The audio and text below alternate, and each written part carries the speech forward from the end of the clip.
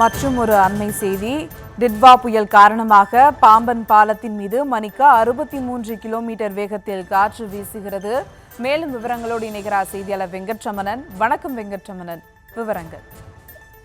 வணக்கம். டிட்வா புயல் காரணமாக ராமேஸ்வரத்தில் பலத்த காற்று வீசி வருவதன் காரணமாக ரயில் சேவையில மாற்றம் செய்யப்பட்டிருப்பதாக தென்னக ரயில்வே தெரிவித்திருக்கிறது.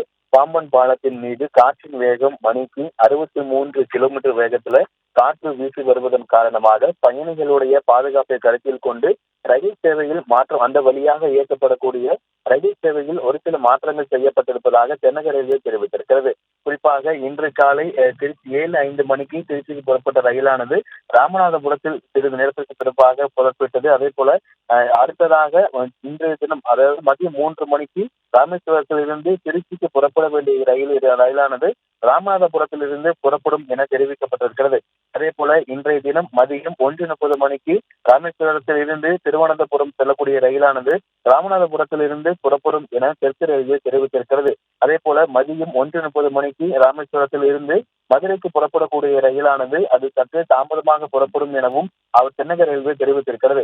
பயணிகளுடைய பாதுகாப்பை கருத்தில் கொண்டு பாம்பன் பாலத்துல ராமேஸ்வரம் மாவட்டத்துல தொடர்ந்து காலை முதலே பலத்த காற்று என்று வீசி வருகிறது. கடல் சீற்றமாக காட்சியளிப்பதன் காரணமாக பாம்பன் பாலத்துல காற்றின் வேகம் மணிக்கு 63 கிலோமீட்டர்ல பதிவானதால பயணிகளுடைய பாதுகாப்பை கருத்தில் கொண்டு அந்த வழித்தடத்தில் இயக்கக்கூடிய ரயில்கள்ல ஒரு சில மாற்றம் செய்து தென்னக ரயில்வே இந்த அறிவிப்பை வெளியிட்டிருக்கிறது.